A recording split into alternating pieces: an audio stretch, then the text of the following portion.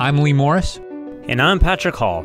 Together we created Fstoppers.com, and we have teamed up with Elia Liccardi to create the most in-depth tutorial on all things landscape and cityscape photography. Join us as we take you behind the scenes and around the world to over 7 unique countries in our quest to find the perfect landscape photographs.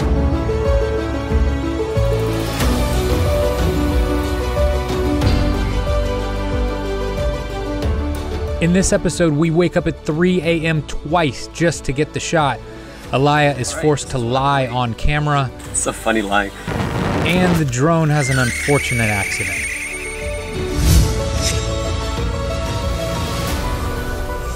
So, Lee's 1980s Alienware computer seems to be working fine. I'm watching a little drone footage here on my XPS. These are 2, I guess, Dell computers. Yeah. Elia over here is having a little trouble. What is this, the MacBook? Yes, this is a MacBook Pro 15. It's only What is this big thing in your hands? What does that do? Can you say that one more time?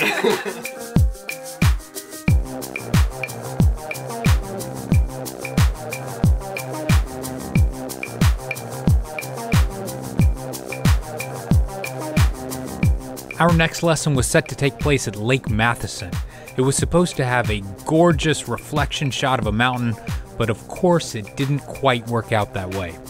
So we just got here to what we think is the lookout spot that's supposed to be so beautiful, and this isn't gonna work.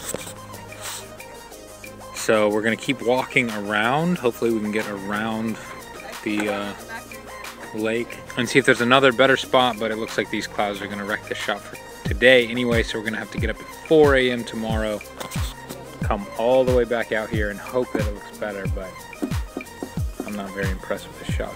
Between hiking for miles into Lake Matheson and dealing with horrible overcast skies, we were all skeptical that this location might not even make the final tutorial. Like, that lake's so small, it's almost not even worth naming it. It's like, this is someone's backyard. So that right there, that's the sky we wanted, but that's the sky we got. Woo! So we're giving up today. We wake up super early tomorrow, we look at the sky, we see if there's clouds over the tops of the mountains. If not, we get up, how early? 4? Yeah, 3. Check. For most photographers, 3 a.m. wake-up calls never go well. So we were just out there at sunset. It's now 3 a.m. in the morning, and Elia just went outside to check, and he says it looks good. He says we can see the sky.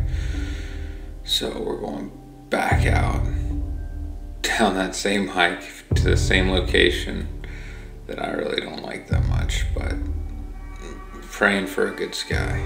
So we're gonna try to take a long exposure shot and see what the clouds look like up there before we hike all the way into the... There's the mountains, though. No. There's one of them. That's it. No, it's part of one. We have decided it's worth a shot, so we are hiking the 45 minutes into the lake and hoping that we can see the mountains. So it's now, what time is it? 6:22. I don't know why we had to wake up 3.5 hours ago, but one reason is because the photographers are starting to show up. Apparently this is a popular spot, even though so far Patrick and I agree we don't really like this picture. I don't even want to use it, to be honest. I hate to say it, but it's like... You got us up this early. This is making... I actually think You're that teaching something here. I prefer...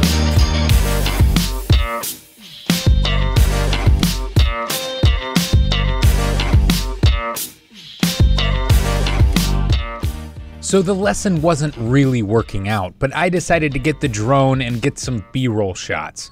What could possibly go wrong? That is currently the sound of the DJI Phantom. I think I might have finally broken it. Since we've been in New Zealand, it's been acting so strange. I saw it landing itself in the water and I decided, well, the only thing to do is just go as quickly as I can to land, see if I can crash it into land I have crashed it somewhere down there.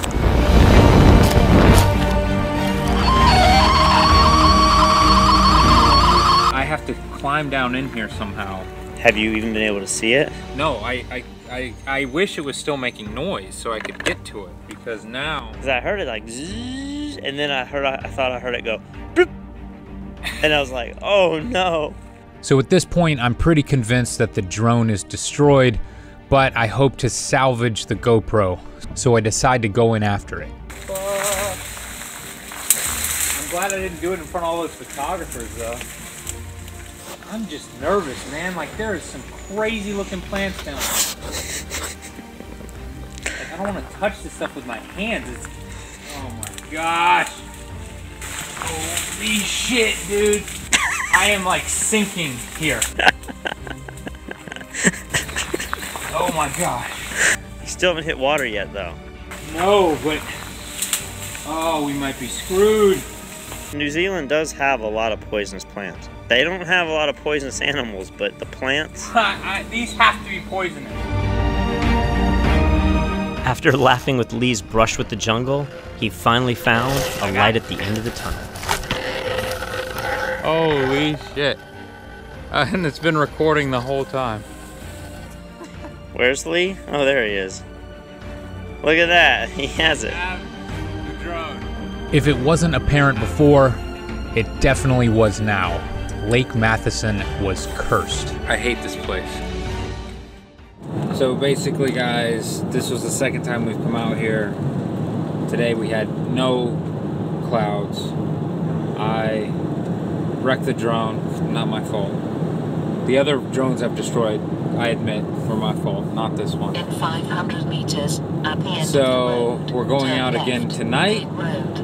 and I'm going to hope that we get the shot tonight so we can convince Elia not to go back tomorrow morning. I think this shot's gonna be better tomorrow morning. Here's I the have thing. a gut feeling about it. Yeah, Elia has these feelings a lot. You did just stay up. I did, and honestly, I'll probably stay up today and go shoot tonight, and then crash out for 4 hours and wake up and try again. Elia may enjoy functioning without any sleep, but I don't work that way. This is the third attempt at the same shot. It's from 4 a.m. We have to hike back out there. First we have to drive up the mountain. We have to hike back out there and hope that there are some clouds, but not no clouds. I'm definitely over the shot.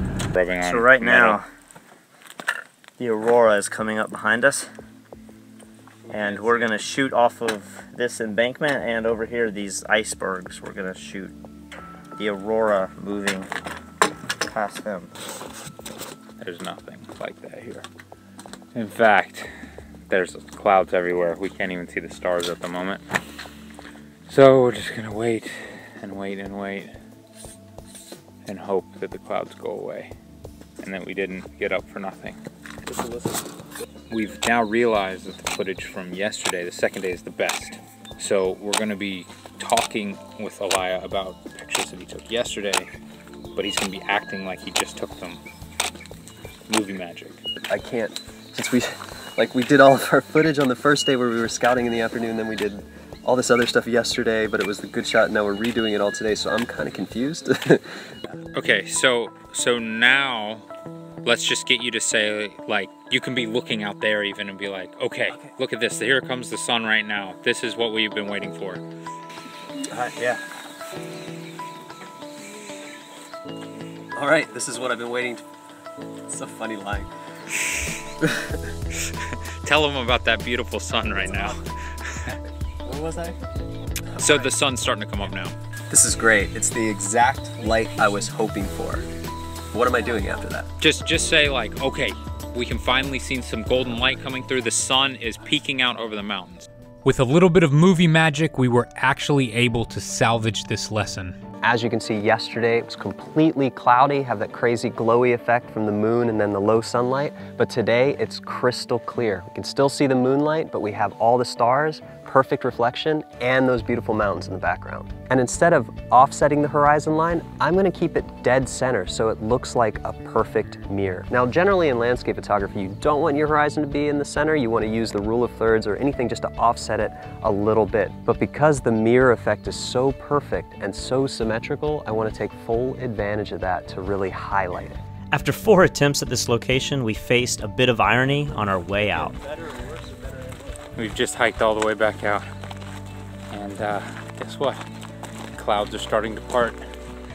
But this whole shot is cursed. This has been the worst shot of the entire tutorial. So I'm happy to be done with this.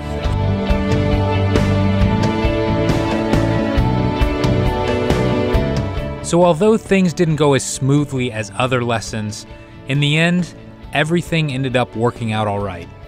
I have good news. She's alive. When I flew it into the tree to save it from landing itself in the water, I thought, all right, it's definitely broken.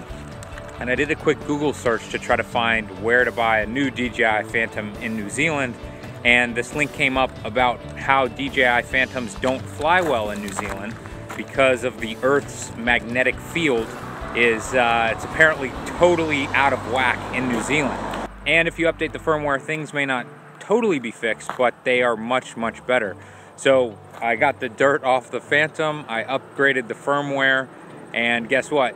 It's flying perfect now. So I never would have guessed that it was something with the Earth's magnetic field, but the Phantom is totally fine. I can't believe it survived this entire trip, and we're gonna keep using it, and we do not have to buy another one now.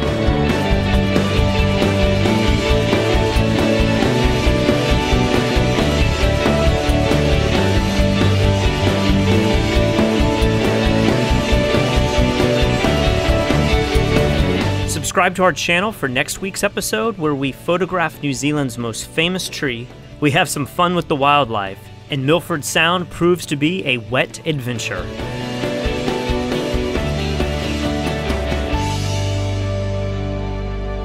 To learn more about this entire photography tutorial, head over to fstoppers.com/Elia Liccardi.